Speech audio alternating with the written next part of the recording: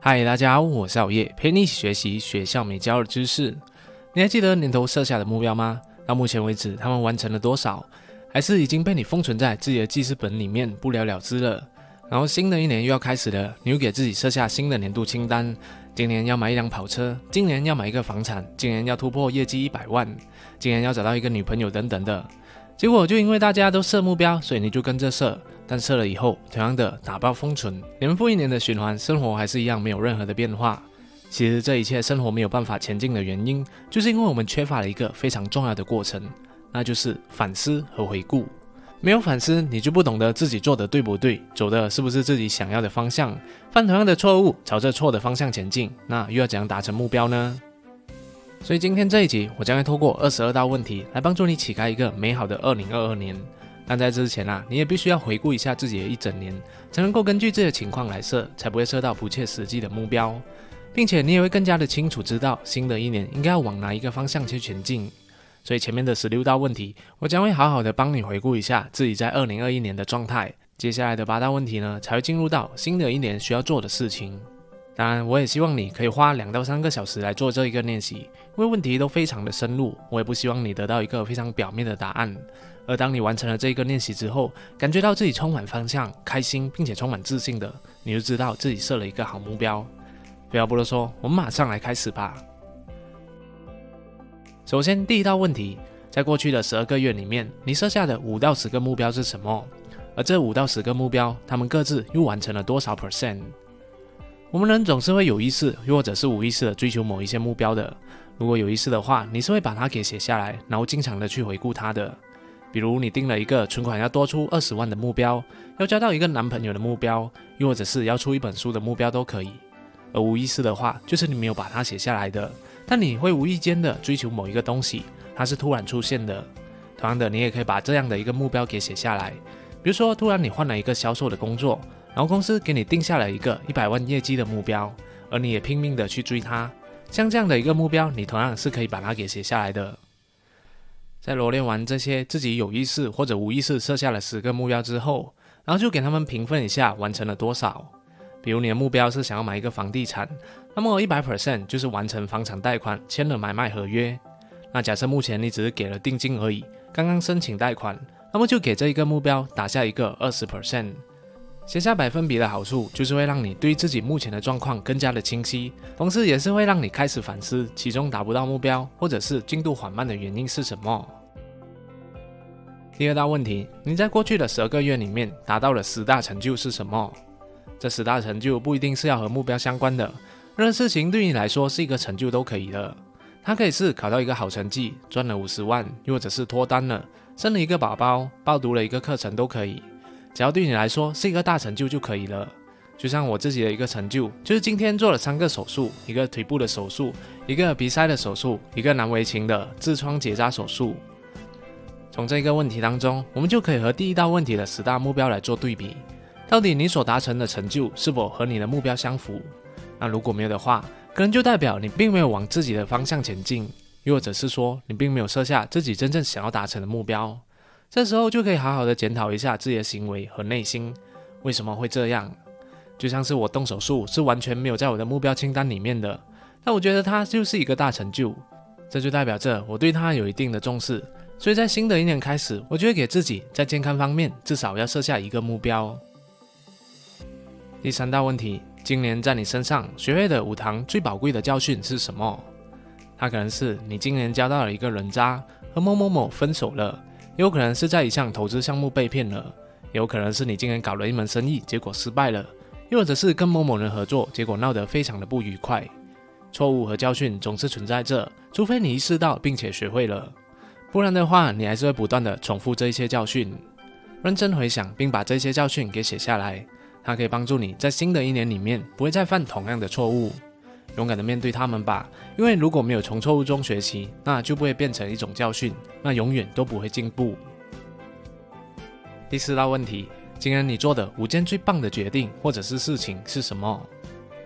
虽然我们人总是会犯错，做错了很多的事情，但我们总是会做对几件事情的。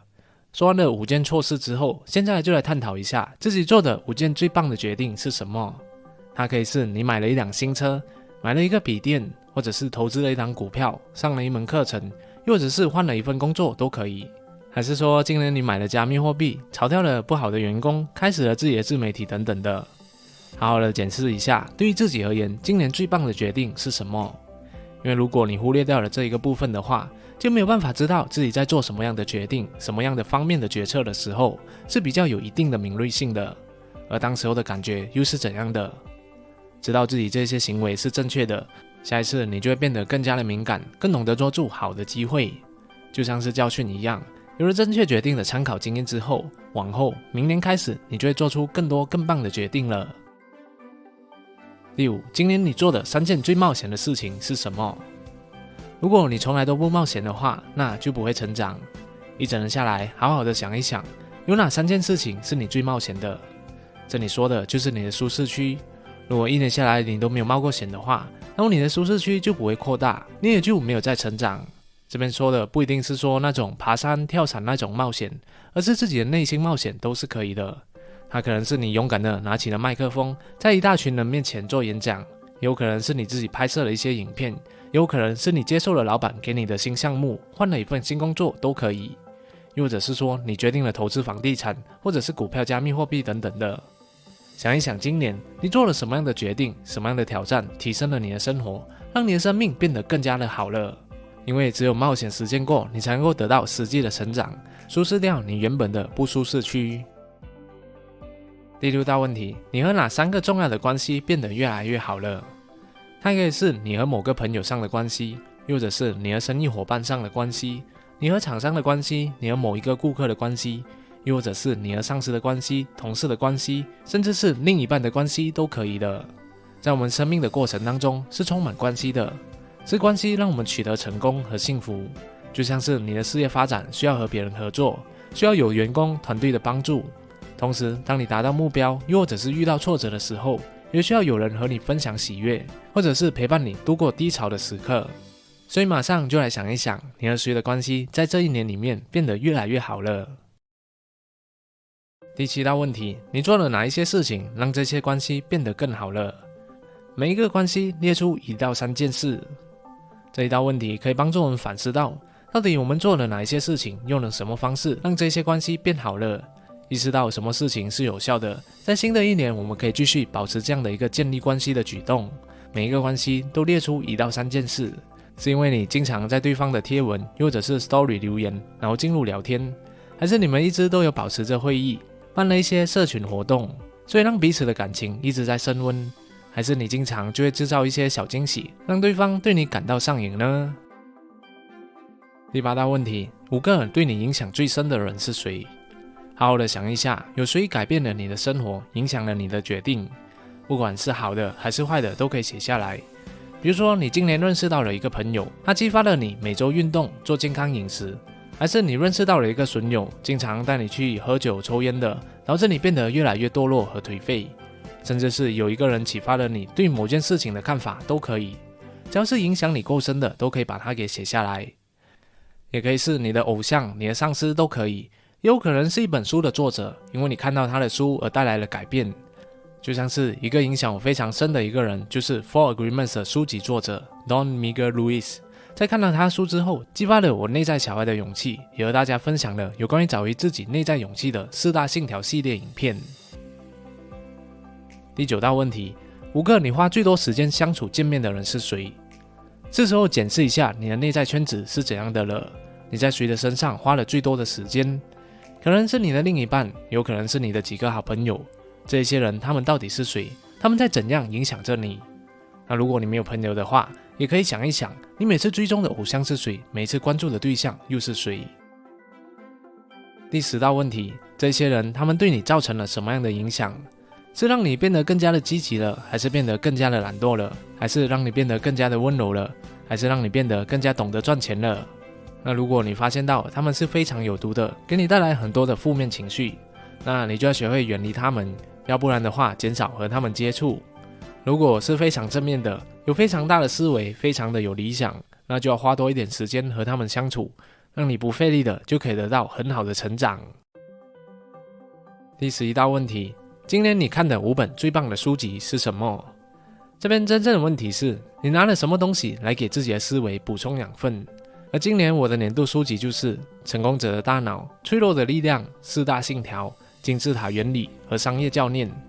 这一个回顾的问题，可以让你再次的总结今年你在认知层面上面得到了什么样的提升。但我也知道大部分的人都不爱看书啊，那在这边我就顺便打一个小广告，这5本书里面都有收录在成长吧的成长读书会里面哦，以懂我的方式来给你解读，让你用10多分钟的时间就可以看完一本书的重点精华。大家可以点击资讯栏里面的链接去查看说书课的详情哦。第12， 5件你最值得感恩的事情。如果你不懂得感恩，总是觉得生活不如意，看谁都不顺眼的话，那么在我们的世界里面将会变得非常的灰暗。但事实上，其实你一直都很幸运，就像是你有机会在手机或者是在电脑面前看着这一支影片一样，就非常值得庆祝了。现在马上就来想一想，回头来看一看，在这一年里面有哪些事情是非常值得你感恩和庆幸的。就像是我今年动了3个手术，但我还是非常感恩一切顺利，身体的健康是越来越好的。同时呢，我也非常感恩创业的过程当中经历多番的波折，但团队依然不离不舍，勇敢的前进。做了频道4年的时间，依然和大家同在，也非常感谢各位听众和粉丝的支持。只要写下5件值得感恩的事，你就会发现世界开始变得明亮，充满了希望。第13， 5个值得你感恩的人。刚刚说的是事，现在就来到人了。想一想，这一年下来，有谁帮助了你，让你一帆风顺？谁在你成长的过程当中给你带来了指导，给你带来了希望和启发？又或者是有谁在你难过低潮的时候陪伴着你，对你不离不弃？把这些人都给列出来，现在起就可以想一想要怎样好好的感谢他们，并且向他们表达感恩之情。而当他们在需要你的时候，就可以马上伸出援手。第14道问题，用1个字又或者是1句话来总结你的这一年。是劳累、心累、踏实、充满色彩、富有、充实，还是什么呢？好好的想一想，有什么词可以最好的形容你今年的一整年？而对于我来说，我的关键词就是复原这2个字。这是我复原的一年，从内心的焦虑、忧郁情绪，到身体的健康上的修复，动了好几个手术。所以大家也可以看到，我在过往的一年开始做了很多关于情绪调整和心理修复相关的影片，包括了4大信条的系列影片、晨起日记、忧郁症、情商的修炼、正念的奇迹等等的影片。而当你在给自己做一个总结的时候，就可以引导你找出新的一年的目标和方向应该要往哪里走。就像是我在复原之后，新的一年对于我来说的关键词就是超级自律，必须要自律的从恢复当中重启，然后再次冲刺。好了，用了14道问题来回顾了你的一整年之后，现在就是我们要为2022年开启新生活的时刻了。相信你对于自己新的一年已经有很多的想法和期待了吧？接下来的另一部教学影片将会继续透过8道问题来帮助你开启一个非凡的2022。